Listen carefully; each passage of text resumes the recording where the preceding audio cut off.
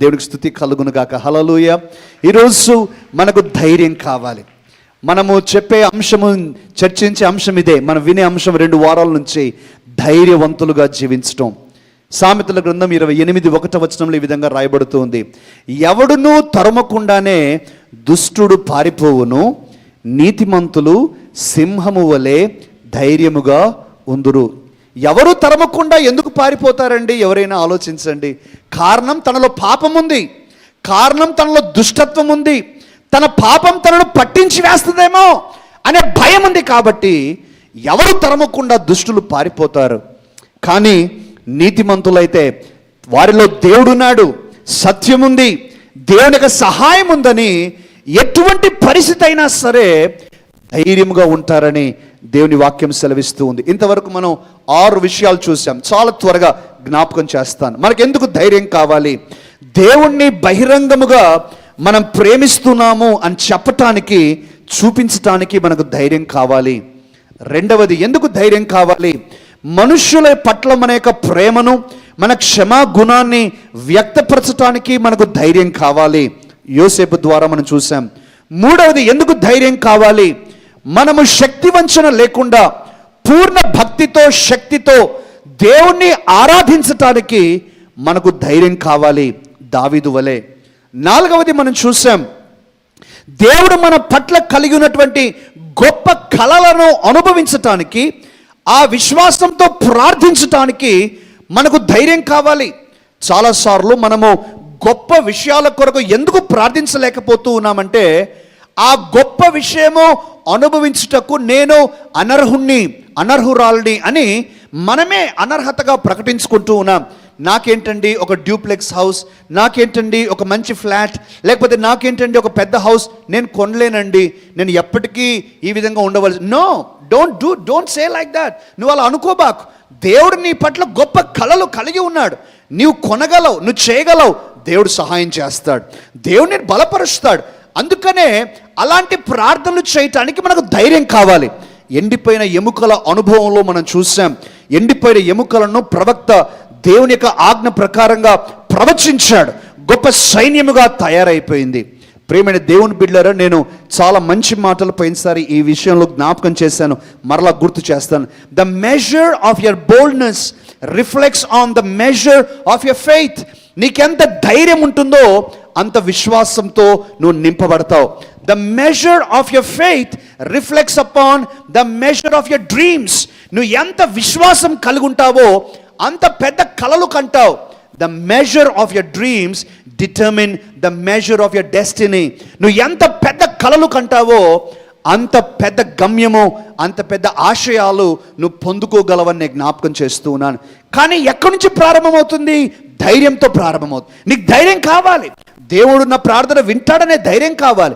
నీ ప్రార్థన దేవుడు విని జవాబిస్తాడనే ధైర్యం, నీకు నమ్మకం నీకు ఉండాలి. దాంట్లో నుంచి విశ్వాసం పుట్టుకొని వచ్చి ప్రేమైన దేవుని బిడ్డల జవాబు నువ్వు అనుభవిస్తావు. ఐదవది మనం చూసాం ప్రేమైన దేవుని బిడ్డలారా. నాలుగవదిగా ఈ గొప్ప ధైర్యం కొరకు, ప్రార్థన కొరకు ధైర్యం కావాలని చెప్తూనే ఐదవదిగా మనం చూసాం, చేసిన మన ప్రార్థనల విషయంలో దేవుడు జవాబు ఇవ్వకపోయినా, వేరే జవాబు ఇచ్చినా, అసలు మౌనంగా ఉన్నా సరే, నేను దేవుణ్ణి మాత్రం వదిలిపెట్టను అని చెప్పటానికి ధైర్యం కావాలి. నా ప్రార్థన విన్నప్పుడు నాకు ఎటువంటి సమర్పణ, ప్రేమ దేవుని పట్ల ఉన్నదో, జవాబులు రాకపోయినా సరే నేను దేవుణ్ణి మాత్రం వదులుకోను అని చెప్పటానికి, జీవించడానికి మనకు ధైర్యం కావాలి. నన్ను మన్నించండి, పోయినసారి నేను చెప్పిన ఉదాహరణ మళ్ళీ నేను చెప్తూ ఉన్నాను. చాలామంది మనలో దేవుణ్ణి ఏటీఎం మిషన్ చేసేసాం. ఏటీఎం మిషన్ ఎందుకు చేసామని అంటూ ఉన్నానంటే, మనం ప్రార్థన అనే కార్డు మనం పెడితేనే జవాబు అనే డబ్బు రావాలి. స్వస్థత అనే కోరిక మనం కోరితేనే స్వస్థత అనే జవాబు రావాలి. ట్రాన్సాక్షన్ డిక్లైన్డ్ అని వచ్చింది అనుకోండి, ఈ యొక్క ట్రాన్సాక్షన్ ఒప్పుకోలేదు అని అంటే మనకు నచ్చదు, డబ్బు రాకపోతే నచ్చదు. అందుకని ఆ ఏటీఎం వదిలేసి ఇంకో ఏటీఎంకి వెళ్తాం. ప్రేమైన దేవుని బిడ్డలు చాలామంది మనం కూడా నా దేవుడు నాకు జవాబు ఇవ్వకపోతే నేను దేవుని వదిలేస్తాను, దేవుని మీద అలుగుతాను, చర్చికి రాను, ప్రార్థన చేయను, వాక్యం చదవను, ఏమైనా అంటే దేవుడు నాకు అన్యాయం చేశాడండి, దేవుడు నాకు కష్టం ఇచ్చి. నో, ఇందాక సహోదరుడు చాలా మంచి మాట చదివాడు. ప్రియమైన దేవుని బిడ్డరా, యెహోవా అన్యాయము చేయుట అసంభవమైన విషయం. It's impossible. నీకు ఇవ్వలేదు అనంటే ఒక కారణం ఉంది. ఆలోచించండి తల్లిదండ్రులారా, నేను మిమ్మల్ని ప్రశ్న అడుగుతూ ఉన్నాను. చాలా పదునుగా ఉన్నటువంటి కత్తిని మీ ఇంట్లో ఉన్న పసిబిడ్డ చేతుల్లో మీరు పెడతారా? ఎందుకు పెట్టరు?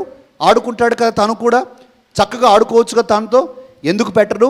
మనకు తెలుసు దాని ద్వారా తనకు హాని జరగొచ్చేమో అని, అందుకు పెట్టం.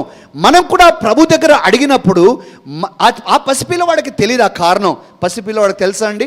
పసిపిల్లవాడికి తెలిసినంత ఏంటంటే నాకు ఆ ఆట వస్తువు ఇవ్వలేదు అంతే తెలుసు. కానీ తల్లిదండ్రులకి తెలుసు ఎందుకు ఇవ్వలేదో. అలాగే మనం కూడా ప్రార్థించినప్పుడు జవాబు రాకపోతే మనం అర్థం చేసుకోవాల్సింది ఏంటంటే, నా దేవుడు నా క్షేమము కోరి దీనిని జవాబు ఇవ్వలేదు, లేక వేరే జవాబిస్తూ ఉన్నాడు, లేక మౌనంగా ఉన్నాడు, దీనిని నేను అంగీకరించాలి అనే ఆ యొక్క విశ్వాసం మనకు ఉండాలి. అలా ఉండాలి, మనకు ధైర్యం ఉండాలి. ప్రేమైన దేవుని బిడ్డలారా, షడ్రక్ మేషక్ అబేద్నెగోలో మనం ఇది చూస్తున్నాం. రాజా, మా దేవుడు సహాయం చేయగలడు, ఒకవేళ చేయకపోయినా మేము మాత్రం పాపం చేయం, మా దేవుడు మేము నమ్ముతూ ఉన్నాం అని ఈరోజు మనం గ్రహించాలి. ఆరవది ప్రేమైన దేవుని బిడ్డలారా, పోయినసారి మనం చూసాం, మనకు ధైర్యం కావాలి. ఎందుకు అని అంటే, మన పాపములు మనుషుల ఎడల దేవుని ఎడల చేసిన పాపాలు ఒప్పుకోవటానికి ధైర్యం కావాలి. సాధారణంగా మానవ నైజం ఏంటంటే, తప్పు నువ్వు చేసినప్పటికీ కూడా ఎవరు చేశారు ఈ తప్పు అంటేనే 3 ఆన్సర్లు వస్తాయి. 1 నేను కాదు, 2 ఏమో నాకు తెలీదు, 3 వాడు చేసింటాడేమో, వాళ్ళు చేసింటారేమో. మన ఇళ్ళల్లో మనం చూస్తున్నాం, చిన్నపిల్లలు ప్రేమైన దేవుని బిడ్డలు మమ్మీ గట్టిగా ఎవరు చేశారు ఇది అని అంటేనే ధైర్యము బాగా అందరి ఒకే అండర్స్టాండింగ్ ఉంటుంది. కొన్నిసార్లు పిల్లలకు మధ్యలో అండర్స్టాండింగ్ ఉంటే మేము కాదు ఎవరో అని అందరూ అంటారనమాట.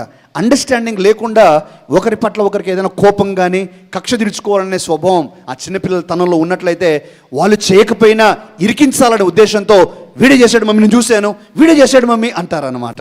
కాబట్టి మానవ నైజం అది. కానీ యోనా విషయంలో మనం గమనించాం, యోనా గొప్ప తుఫాను వచ్చినప్పుడు యోనా అంటున్నాడు, ఏవండి నా వల్ల తప్పు జరిగింది, నేనే దేవునికి వ్యతిరేకంగా తప్పు చేశాను, అయితే నేను పరిష్కారం కూడా చూపిస్తాను అని తను ముందుకు వచ్చాడు. ఇది చాలా చాలా అవసరం. ఇలా చేయటానికి మనకు ధైర్యం కావాలి ప్రియమైన దేవుని బిడ్డలారా. ఈరోజు 7 ఆ తర్వాత 8 ఈ 2 చెప్పి ముగిస్తాను. 7వది ప్రియమైన దేవుని బిడ్డలారా, మనకెందుకు ధైర్యం కావాలి? నీతిమంతులు సింహం వలె ధైర్యంగా ఉంటారు. ఎందుకు ధైర్యం కావాలి? గొడవలు పట్టడానికి కాదు, లేక నీ శక్తిని చూపించుకోవటానికి కాదు, వేరే వారి కంటే నువ్వు గొప్పవాడివని చెప్పటానికి కాదు. నో, నీకు ధైర్యం కావాలి. ఎందుకు అంటే సువార్త ప్రకటించడానికి ధైర్యం కావాలి. సువార్త ప్రకటించడానికి ధైర్యం లేకపోతే సువార్త ప్రకటించలేం ప్రేమైన దేవుని బిడ్డలారా. ఈ మధ్యలో నాకు ఒక వాట్సాప్లో ఒక పిక్చర్ వచ్చింది, మీలో కూడా ఒకవేళ వచ్చింటుందేమో నాకు తెలియదు, మరి మన గ్రూప్లో అయితే రాలేదు, నేను మన గ్రూప్లో పోస్ట్ కూడా నేను చేయలేదు. ప్రియమైన దేవుని బిడ్డలారా, మరి ఈ రోజుల్లో గ్రామాలలో ఇటువంటి బోర్డ్స్ కనిపిస్తూ ఉన్నాయి. ఇటువంటి బోర్డులు కనిపించడం ఇప్పుడు చాలా సర్వసాధారణం అయిపోయింది. దయచేసి నేను ఈ బోర్డుని చదువుతూ ఉన్నట్టుగా నేను చదువుతూ ఉన్నాను. ఏమంటూ ఉన్నాడంటే, హెచ్చరిక, ఈ గ్రామంలో అందరూ హిందువులే అయినందున ఇతర మతస్థులు మత ప్రచారం చేయరాదు, అట్లు కాదని చేసిన ఎడల కఠిన చర్యలు తీసుకొనబడును, ఇట్లు పలానా గ్రామ వాస్తవ్యులు రాశారు. మరి ఇక్కడ మనకు లీగల్ వాళ్ళు ఉన్నారు, పోలీసు వారు ఉన్నారు. ఇది రాజ్యాంగబద్ధమైనది కాదే. ఇది మన రాజ్యాంగం మనకు కల్పించినది ఏంటి? మనము సమాధానంగా సువార్తను ప్రకటించుకోవచ్చు. There is freedom of religion. ఎవరిని నొప్పించకుండా, ఎవరిని అభ్యంతర పెట్టకుండా మనము నమ్మిన దానిని మనము we can spread the gospel. కానీ ఈ రోజుల్లో అది అవ్వట్లేదు. అందుకే నీకు ధైర్యం కావాలి. నువ్వు పని చేసే చోట, చదువుకునే చోట, బంధువుల మధ్యలో, ఇరుగు పొరుగు వారి మధ్యలో నువ్వు సువార్త చెప్పడానికి, నేను యేసయ్య బిడ్డనండి, అవును నేను నమ్ముతూ ఉన్నానండి యేసయ్యను, నేను యేసయ్య యందు నమ్మకం ఉంచి నేను నడుస్తూ ఉన్నానని చెప్పడానికి నీకు ధైర్యం కావాలి.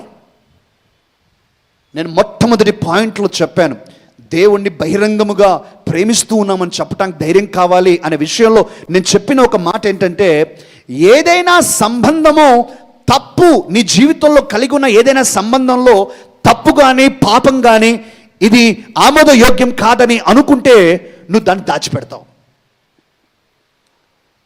మన రిలేషన్షిప్స్లో ఏదైనా తప్పు ఉంది అని అంటే we don't discuss it, we don't publicize it. ఎవరికి చెప్పము, అది దాచిపెట్టేస్తాం. అంటే దాచిపెట్టిన ఏ సంబంధంలోనైనా తప్పు ఉందని, చిత్తశుద్ధి లేదని అర్థం.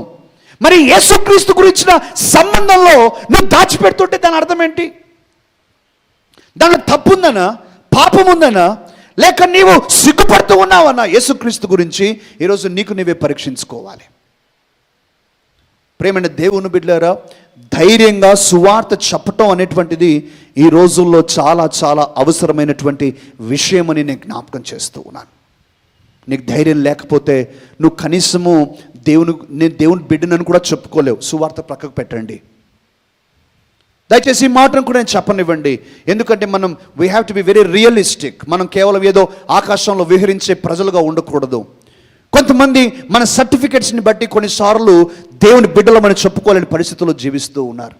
ప్రేమైన దేవుని బిడ్డలారా, సంఘ కాపరిగా, దైవజనుడిగా నేను మిమ్మల్ని అందరినీ ప్రేరేపిస్తూ ఉన్నాను. నువ్వు దేవుని కొరకు, దేవుని నువ్వు నిజంగా ప్రేమిస్తూ ఉంటే నువ్వు జీవించు. నువ్వు అదే పనిగా మరి ఎవరినో రెచ్చగొట్టాలనో లేక ఎవరినో నువ్వు డిస్టర్బ్ చేయాలనో నేను చెప్పటం లేదు. కానీ నీ భక్తిని చెప్పుకోవటానికి నువ్వు సిగ్గుపడకూడదు. దేవుడు చెప్పాడు, యేసుక్రీస్తు చెప్పాడు, ఎవరైతే మనుష్యుల ముందు నన్ను ఒప్పుకుంటారో నా తండ్రి అయిన దేవుని ముందు కూడా నా తండ్రి ముందు కూడా నేను ఒప్పుకుంటాను. ఎవరైతే మనుషుల ముందు నన్ను ఎరుగనంటారో నా తండ్రి ముందు కూడా నేను ఎరుగనంటాను. ఆలోచించండి. నీవు నీ స్వంత తల్లి దగ్గరికి వెళితే, నీవు నీ స్వంత తల్లి ముందు నిలవబడితే, నీ తల్లి ఎవరో నేను తెలీదు అని ఘంటాపదంగా నిన్ను నిరాకరిస్తే నీ గుండెలు బద్దలవ్వవా?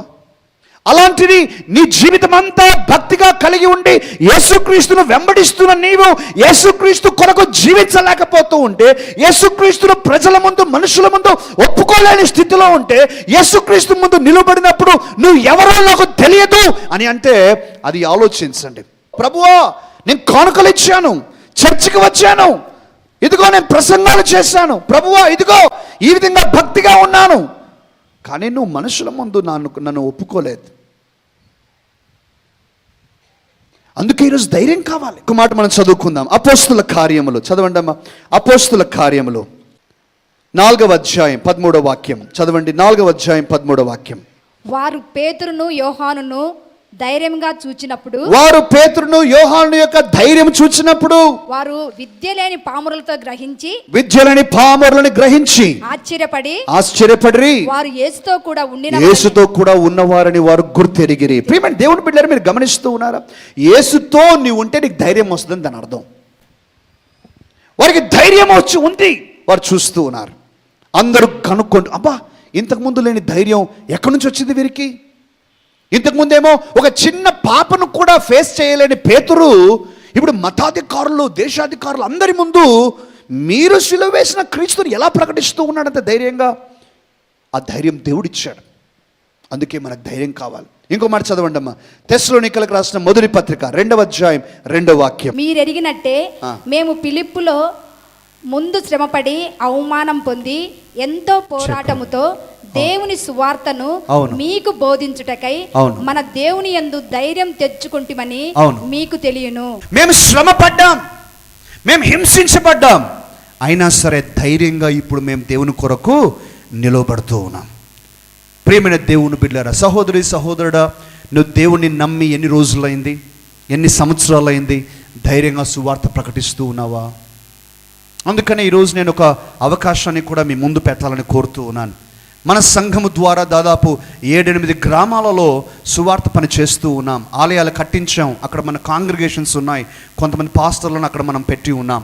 మన సంఘము ద్వారా నెలకు ఒకసారి కానీ 2 సార్లు కానీ మీరు వెళ్ళి అక్కడ సువార్త పని చేయాలని నేను ఒక అవకాశాన్ని ఇస్తూ ఉన్నాను. దయచేసి మీరు ముందుకు రండి, మీరు ముందుకు వచ్చి గ్రామాలకు వెళ్దాం. పట్టణాలలో సువార్త ప్రకటించబడాలి, గ్రామాలలో సువార్త ప్రకటించబడాలి. దేవుని యొక్క రాజ్యాన్ని మనం ముందుకు తీసుకువెళ్ళాలి. కానీ ఇక్కడ ఒక విషయం కూడా నేను చెప్పనివ్వండి ప్రియమైన దేవుని బిడ్డలారా. కొన్నిసార్లు భక్తిపరులైనటువంటి వారు, సువార్థికులైనటువంటి వారు, వారికి ఉన్నటువంటి అత్యుత్సాహాన్ని బట్టి, ఆలోచన రాహిత్యాన్ని బట్టి, because of their over enthusiasm and emotional emotional commitments. వారు అత్యుత్సాహాన్ని బట్టి కొన్నిసార్లు ఇతర సువార్థికులకు ద్వారాలు మూయబడ్డానికి వారు కారణమవుతూ ఉన్నారు. ఎలా కారణమవుతూ ఉన్నారు? కరెక్ట్గా నువ్వు పోయి గుడి ముందే సువార్త చెప్పాల్సిన అవసరంలా. కొంతమంది అత్యుత్సాహం, గుడి ముందు సువార్త చెప్పడం ద్వారా ఆ రోజు ఎలాగూ నువ్వు చెప్పలేవు, ఒకటి, దాని ద్వారా ఇతరులందరికీ కూడా కష్టాలు వచ్చేస్తాయి. నువ్వు పోయి మన మహమ్మదీయ సహోదరుల మసీద్ దగ్గర పోయి లౌడ్ స్పీకర్లు పెట్టి సువార్త చెప్పాల్సిన అవసరంలా. సువార్త చెప్పడానికి ప్రదేశాలు ఉన్నాయి. అదే వివేచన కావాలి. అందుకే ఈరోజు నేను మనందరికీ కూడా నేర్పిస్తూ ఉన్నాను. మనం నేర్చుకుందాం, తెలియదని కాదు. ఈరోజు మనం వివేచనతో ముందుకు వెళ్ళాలి. మన దేవుని యొక్క రాజ్యంలో సాక్షులుగా జీవించాలి అంటే అత్యుత్సాహం పనికిరాదు. చక్కగా ఆలోచన విధానంతో, జ్ఞానముతో, భక్తితో మనం ముందు అందరినీ ప్రేమించాలి. ఆ ప్రేమను మనం ప్రేమతో వ్యక్తపరచాలి. ప్రేమైన దేవుని బిడ్డలారా, లోకాన్ని ఒక రోజులో మారుస్తాం అనుకోవడము అజ్ఞానమే. లేక ఒకళ్ళే మారుస్తాం అనుకోవటం కేవలం నీ గురించి నువ్వు అనుకోవటమే. అది సాధ్యం కాదు. మనం రోజు ఒక్కొక్క అడుగు వేయాలి. అందరూ కలిసి పనిచేయాలి. అందుకే చరిత్ర చెప్తూ ఉంది, ప్రేమైన దేవుని బిడ్డలారా, యేసుక్రీస్తుని ఎరిగినటువంటి మనము నమ్మకంగా ఒక్కొక్కరిని దేవుని కొరకు సంపాదించినట్లయితే చరిత్రకారులు అంటూ ఉన్నారు, ఇప్పటికీ భారతదేశం కనీసం 4 సార్లు రక్షించబడిందేదట. 4 times. ఎందుకు రక్షించబట్టాలా? కారణం, దేవుడితో నీకున్న సంబంధ విషయంలో చిత్తశుద్ధి లేక దాచిపెట్టి సువార్త చెప్పడం నిరాకరిస్తూ ఉన్నావు. That's why we still need missionaries from outside to come into India to preach the gospel. When you will rise up with responsibility, నువ్వు బాధ్యతతో, మనము ప్రేమైన దేవుని బిడ్డలారా, ఇక్కడే మనం కొన్ని అర్థం చేసుకోవాలి. we ask for rights. దేవా, నాకు ఇది కావాలి, ఇది నా హక్కు అని వాక్యం చెప్తూ ఉంది కదా, నాకు ఇది దీవెన ఇవ్వు ప్రభువా, ఇది నేను confession. we ask for rights, but what about responsibilities? మన బాధ్యతల గురించి ఏంటి? నువ్వు సువార్త చెప్పాల్సిన బాధ్యత నీ మీద లేదా? సంఘం గురించి ఆలోచించాల్సిన బాధ్యత నీ మీద లేదా? మనందరికీ ఉంది. అందుకే ఈరోజు మనం అలా చేయాలంటే ధైర్యం కావాలి. ధైర్యం లేకపోతే చేయలేవు. సంఘం అంతటి నేను కోరుతూ ఉన్నాను, యవన బిడ్డలు, పెద్దవారు, స్త్రీ పురుషులు అందరూ కూడా అవకాశాలను మనము వాడుకుందాం. సువార్త చెప్పటానికి, ప్రేమతో మనము చెప్పటానికి మనం వాడుకుందాం. చివరిది ప్రేమైన దేవుని బిడ్డల యొక్క అంశంలో నీకు ధైర్యం కావాలి. ఎందుకు ధైర్యం కావాలి అని అంటే, నో అని చెప్పటానికి ధైర్యం కావాలి. You need boldness to say no. ఎందుకు చెప్తూ ఉన్నాను ఈ మాట? మానవ నైజం ఏంటంటే అన్నీ కావాలి, అన్నీ అనుభవించాలనేది మానవ నైజం. మానవ నైజం. నో అని చెప్పడానికి ఇష్టపడరు. అన్నిటికీ ఎస్సే. ఒకటి ఉండి ఇంకోటి ఎక్స్ట్రా కావాలి, అన్నిటికీ ఎస్సే. నో అని చెప్పటానికి మానవులు ఇష్టపడరు. క్రీస్తునందు ప్రేమైన దేవుని బిడ్డలారా, వాక్యాన్ని విన్నారు కదూ? ఎంత చక్కటి దేవుని వాక్యం, ఎంత మధురమైనది దేవుని యొక్క వాక్యం. ఈ వాక్యము ద్వారా మన జీవితంలో దేవుడు అద్భుత కార్యాలు జరిగించగలడు. నీవు నమ్మినట్లయితే, నీ విశ్వాసం ఉంచినట్లయితే ప్రేమైన దేవుని బిడ్డలారా, దేవుడు నీ జీవితంలో అద్భుత కార్యాలు జరిగించగలడని నేను నమ్మొచ్చు ఉన్నాను. నాతో ఏకీభవించండి. దేవుని యొక్క వాక్యం సెలవిస్తూ ఉన్నది, మీ సంతోషం పరిపూర్ణమగునట్లుగా మీకు ఏది ఇష్టమో అది అడుగుడి, అప్పుడు అది అనుగ్రహించబడును అని. దేవుడు ఎంత మంచివాడు. మన సంతోషాన్ని పరిపూర్ణం చేయటానికి ఆయన మన మనవిని ఆలకించాలని కోరుతూ ఉన్నాడు. ప్రార్థనలో నాతో ఏకీభవిస్తారా? ఎక్కడున్న వారు అక్కడే కళ్ళు మూసుకొని ప్రభు సన్నిధిలో ప్రార్థనలో ఏకీభవించండి. ప్రార్థన చేసుకుందాం. పరిశుద్ధుడైన తండ్రి, మహోన్నతుడా, నా ప్రియ సహోదరి సహోదరులందరి కొరకై నేను ప్రార్థిస్తూ ఉన్నాను. ప్రతి కన్నీటి బిందువును తుడచండి. ప్రతి ప్రార్థన మనవిని ఆలకించి జవాబివ్వండి. వారికి ఉన్న ప్రతి కష్టమును తొలగించండి. ప్రతి శోధన నుంచి తప్పించండి. వారి యొక్క ఇరుకులలో, ఇబ్బందులలో మీరే వారి చేయి పట్టుకొని నడిపించమని ప్రార్థన చేస్తూ ఉన్నాం. తండ్రి, మీరు ఎంత మంచి దేవుడవు. మాకు ఏది అవసరమైనా సరే ఆ యొక్క అవసరతను తీర్చుటకు ఎంతో సిద్ధపాటు కలిగి ఉన్నటువంటి దేవుడవు. 2 చేతులు చాచి మమ్మల్ని ఆహ్వానిస్తూ ఉన్న దేవుడవు. ఈ సమయంలో నా ప్రియ సహోదరి సహోదరులను వ్యక్తిగతముగాను కుటుంబాలుగాను మీ సన్నిధికి అప్పగిస్తూ మీరే వారిని ఆదుకొని బలపరిచి నడిపించుమని యేసుక్రీస్తు నామమున అడుగుచున్నాను తండ్రి. Amen, amen.